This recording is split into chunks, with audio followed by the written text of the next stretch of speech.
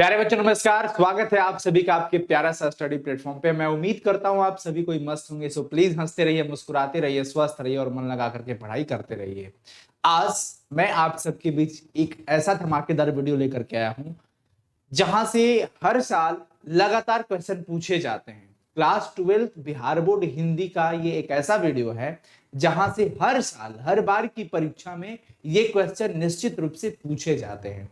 तो क्यों ना मैं सोचा कि आपको ये वीडियो आसान तरीके से करा दिया जाए ताकि आपको कुछ मार्क्स फिक्स मिल जाएंगे बोर्ड एग्जाम्स के फाइनल पेपर में। ठीक है, तो आइए स्टार्ट करते हैं। और आज के इस वीडियो में हम सीखने वाले हैं, जानने वाले हैं कि हमारी क्लास 12 बिहार बोर्ड का दिगंत भाग 2 का जो भी गद्यखंड है और काव्य खंड है, इसमें जो भी चैप्टर्स है कहां से लिए गए हैं।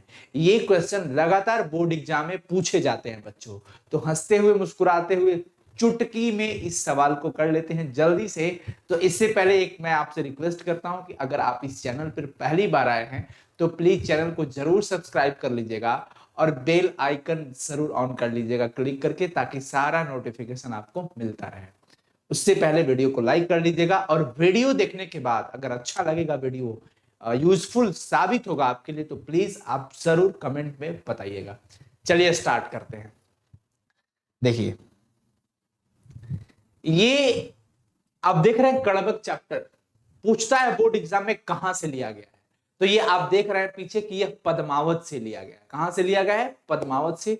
कड़बक चैप्टर जिसके रचनाकार हैं मलिक मोहम्मद जायसी जी। मलिक मोहम्मद जायसी जी। यह रचना कहां से लिया गया है? पद्मावत से। पद्मावत एक प्रकार की कहानी है। इसके जस्ट बाद सूरदास जी का पद, ये आपका काव्यखंड का सेकंड चैप्टर है। और सूरदास जी का पद जो है वो सूर सागर से लिया गया है।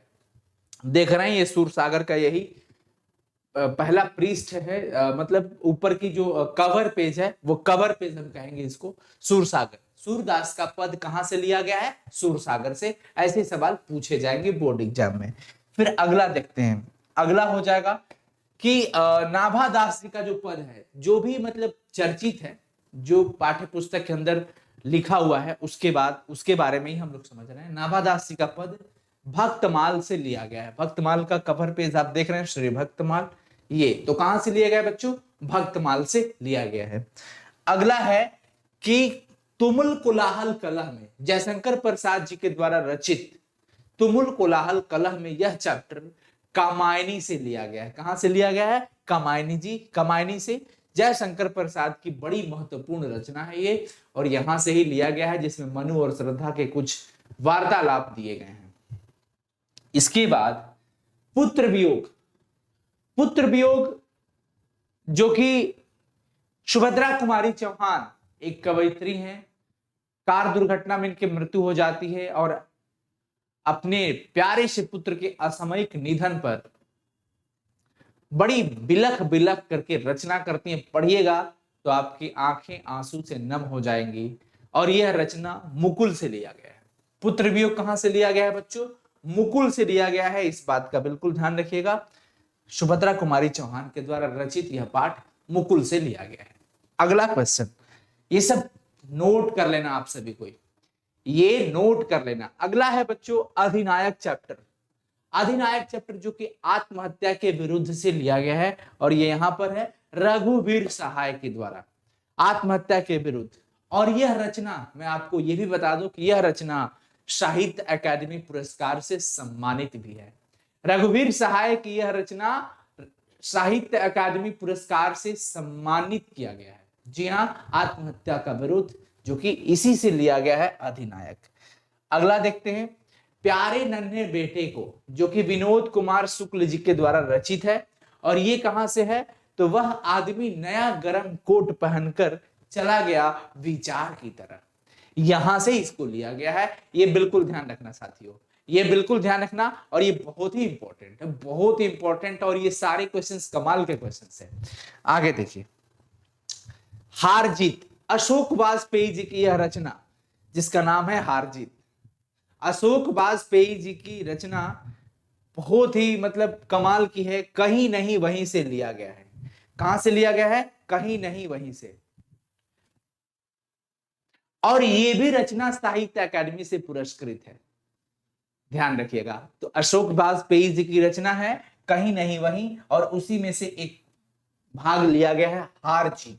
हार जीत, तो इसे बिल्कुल याद रखना है, बहुत ही कमाल के सभी क्वेश्चंस हैं। अगला है गांव का घर। ज्ञानेंद्र पति जी के द्वारा रचित गांव का घर संशय आत्मा से लिया गया है। आप देख रहे हैं संशय आत्मा, ये उसका कवर पेज है, और संशय आत्मा ज्ञानेंद्र पति जी का है। और इसी का एक भाग है गांव का घर, जिसमें प्रकृति का बड़ा ही अच्छा सुंदर वर्णन करते हैं कवि ज्ञानेंद्र पति जी। बहुत ही कमाल के राइटर हैं, बहुत ही कमाल के। उसके बाद प्रगीत और समास नामवर सिंह की रचना है, जो कि वाद विवाद संवाद से लिया गया है। कहां से लिया गया है? वाद विवाद संवाद से लिया गया है। वाद विवाद संवाद नामवर सिंह की रचना है, और वहीं से एक भाग लिया गया है प्रगीत और समाज, जो कि गद्य खंड का चैप्टर है। गद्य खंड का 9th चैप्टर, 9वां चैप्टर है ये। ओके, अगला है सिपाही की मां, मोहन राकेश जी के द्वारा रचित 8वां चैप्टर। बड़ा कमाल का है, जिसमें नायिका बिस्नी होती है। आप पढ़े होंगे, यूट्यूब पे हमने वो चैप्टर्स पढ़ाए भी है बड़े कमाल के तरीके से, काफी बच्चों का स्नेह मिला है। अगर आप नहीं देखे हैं तो ये सारा वीडियोस देखिए, सर्च करिए, सारा चैप्टर का वीडियो आपको यूट्यूब पे हम ऑलरेडी दे चुके हैं, तो आप वहां से पढ़ाई कर सकते हैं। और ये जो चैप्टर है अंडे के छिलके तथा अन्य एकांकी से लिए गए हैं, जिसका नाम है सिपाही की मां। सिपाही की मां एकांकी ही है, ठीक है। चलिए अगला ये लास्ट है, ओ सदा मेरा, जगदीश चंद्र माथुर जी के द्वारा रचित। जी हाँ, जगदीश चंद्र माथुर जी के द्वारा रचित गंडक नदी, चंपारण, वहां के किसान, गांधी जी का आंदोलन, अंग्रेजों का अत्याचार से संबंधित यह चैप्टर ओ सदा मेरा बोलते क्षण से ली गई है। कहां से ली गई है? बोलते क्षण से। तो प्यारे बच्चों, ये रहे कुछ आपके इंपॉर्टेंट ऑब्जेक्टिव कि कौन सा रचना कहां से लिया गया है, किस पुस्तक से लिखा गया है, किस पुस्तक का अंश है, किस पुस्तक से लिया गया है।